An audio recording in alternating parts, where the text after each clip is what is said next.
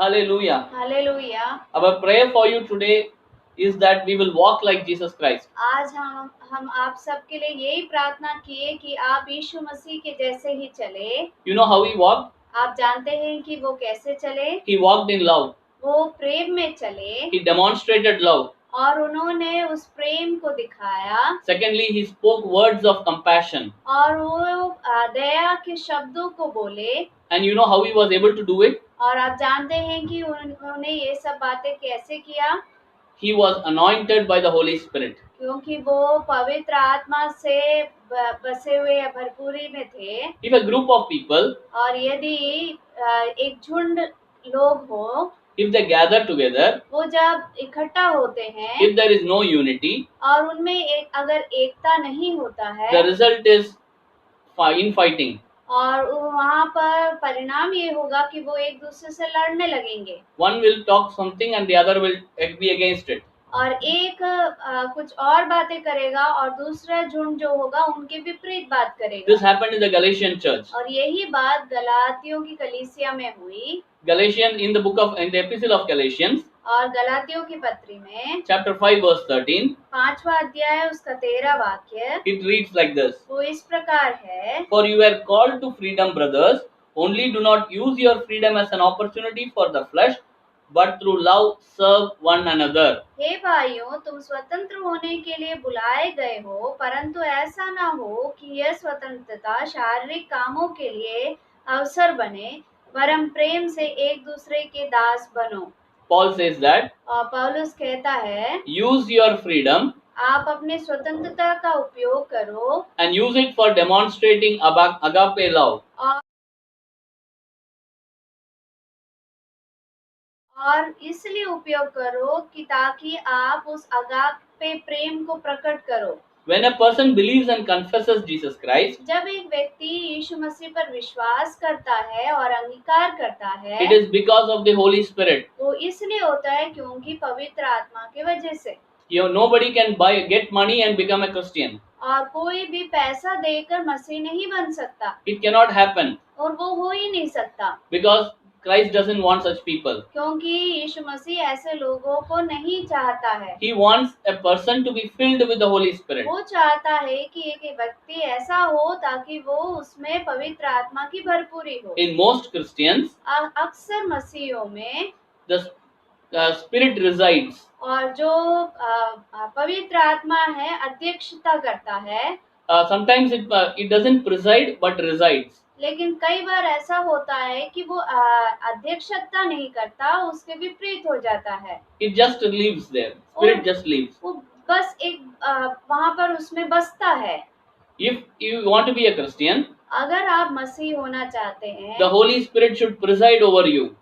एक पवित्र आत्मा आप पर अध्यक्षता करना जरूरी होता The है। Holy Spirit should rule over your decisions. और पवित्र आत्मा आपके हर एक निर्णयों पर अध्यक्षता करना जरूरी होता The है। Holy Spirit should take control of all areas of your life. और पवित्र आत्मा आपके जीवन के हर एक क्षेत्र में नियंत्रण लेना जरूरी होता है। The church needs such Christians. और कलीसिया ऐसे मसीह को चाहता है। If there are no such Christians, अगर ऐसे मसीह नहीं होते हैं, there will be fighting in the church. तो फिर निश्चय कलीसिया में लड़ाई होगी। There will be disorder in the church. और वहाँ पर एक लगदाई या लड़ाई झगड़े का एक माहौल होगा। And the world expects spirit-filled people. और संसार भी ऐसे पवित्र आत्मा से भरपूर लोगों को चाहता है। When we live a spirit-filled life, जब हम एक पवित्र आत्मा से भरे हुए जीवन जीते हैं, it is God-filled energy.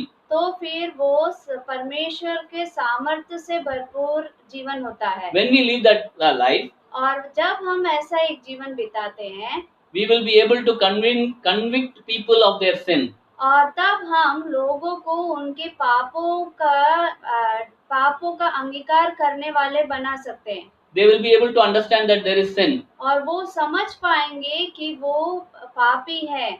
And they will be able to confess sin. और वो अपने पापों का अंगीकार कर पाएंगे। And therefore, we need to have a spirit-filled life. और इसीलिए हमें एक पवित्र आत्मा की भरपूरी का जीवन होना जरूरी है। For becoming a spirit-filled person, और एक पवित्र आत्मा से भरपूर व्यक्ति बनने के लिए the Bible gives us certain indications or certain rules, और बाइबल हमें कुछ नियमों को बताता है, or Bible tells us a way. और या फिर कह सकते हैं कि बाइबल हमें कुछ रास्ता देता है। The first thing is पहली बात, we need to be forgiven by God, हमें परमेश्वर के द्वारा माफी मिलना बहुत जरूरी है, and Holy Spirit is a gift. और पवित्र आत्मा जो है एक दान है, And it is given by God Himself, और ये परमेश्वर के द्वारा ही दिया जाता है, and it is given to people who are forgiven. और ऐसे लोगों को दिया जाता है जिन्हें माफी मिली होती है। Once you are forgiven, जब आपको माफी मिल जाता है, God adopts you as son, आपको परमेश्वर अपने संतान कहलाने का अधिकार देता है, and therefore you can pray to God. और इसलिए आप परमेश्वर से प्रार्थना कर सकते हो। And the third thing is, और तीसरी बात, when you become sons, और जब आप परमेश्वर के संतान हो जाते हो, you should have a desire for the Holy Spirit. तो आप में एक इच्छा होनी चाहिए कि पवित्र आत्मा को पाने का। But the problem is, most of the time our desires are different. कई बार हम दूसरे कई बातों पर इच्छा रखते हैं, Hardly we ask for the Holy Spirit. बहुत कम बार हम पवित्र आत्मा को पाने की इच्छा करते हैं। Therefore, we need to have a desire to be filled with the Holy Spirit. इसीलिए हमारे अंदर एक इच्छा होनी चाहिए कि हम पवित्र आत्मा से भरपूर हो जाए, And we need to have faith because Christ says, "Come to me." और ये हमारे अंदर विश्वास होना चाहिए, और ये कहने के लिए कि परमेश्वर यीशु मसीह तुम मुझ में आकर बसो। And Christ also welcomes us like that. और परमेश्वर यीशु मसीह भी हमें ऐसे ही स्वागत करते हैं। He says, "Come to me, वो कहते हैं कि तुम मुझ में मेरे पास आओ, and I will fill you with rivers of water, rivers of blessings." और मैं तुम्हें नदियों सा भरपूर एक आशीष दूंगा, And you will be an overflowing with the Spirit. और आप पवित्र आत्मा से भरपूर होकर चलने लगेंगे। That alone is not enough. और वो काफी नहीं होता, You need to be obedient. आपको आज्ञाकारी भी होना We जरूरी read है। about it in Acts 5:32. और इस बात को हम प्रेरितों के काम 5:32. 5वां अध्याय उसका 32वें वाक्य में पढ़ते हैं। Acts 5:32 says that. 5वां अध्याय उसका 32वां वाक्य इस प्रकार कहता है। No. If you got it. 5:32. हम इन बातों के गवाह हैं, और वैसे ही पवित्र आत्मा भी जिसे परमेश्वर ने उन्हें दिया है, जो उसकी आज्ञा मानते हैं। So we need to be obedient people. और इसीलिए हमें आज्ञाकारी होना जरूरी And the है। Holy Spirit is given by God to obedient people. और पवित्र आत्मा परमेश्वर के द्वारा इसीलिए दिया गया ताकि लोग आज्ञाकारी हो।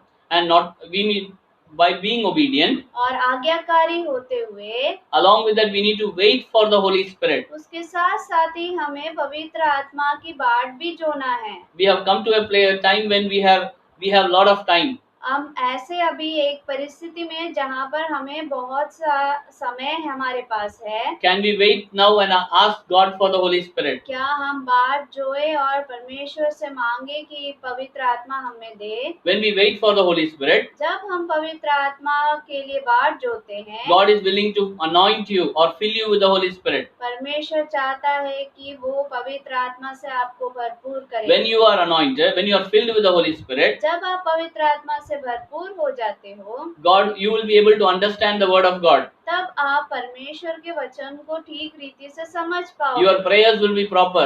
और आपकी प्रार्थना सही होगी। You will have a perfect companion in your life. और आपके साथ एक सही सहभागी होगा। And everything that you do will be through the blessings of the Holy Spirit or the guidance of the Holy Spirit. और आप सब बातें पवित्र आत्मा के अगुवाई के अनुसार कर पाओगे। And moreover, और उससे और अधिक, if you ask, He is willing to give you. और यदि आप मांगो तो आपको वो देने के लिए तैयार है। If you are filled with the Holy Spirit, यदि आप पवित्र आत्मा से भरपूर हैं, the result is the fruit of the Holy Spirit. तो फिर उसका परिणाम ये होगा कि आपको पवित्र आत्मा के फल मिलेंगे। In the fruits are mentioned in Galatians chapter 5 verse 20 to 22. और इन फलों के बारे में गलातियों की पत्री 5वां अध्याय उसका 22 वाक्य में दिया गया है। But the fruit of the Spirit is love, joy, peace, patience, kindness, goodness, faithfulness, gentleness, self-control. Against such things there is no law. पर आत्मा का फल प्रेम, आनंद, शांति, धीरज, कृपा, भलाई, विश्वास, नम्रता और संयम है। ऐसे ऐसे कामों के विरोध में कोई भी व्यवस्था नहीं। Do you want this Holy Spirit to be? You want you yourself to be filled with the Holy Spirit, क्या आप चाहते हैं कि आप पवित्र आत्मा से भर जाएं?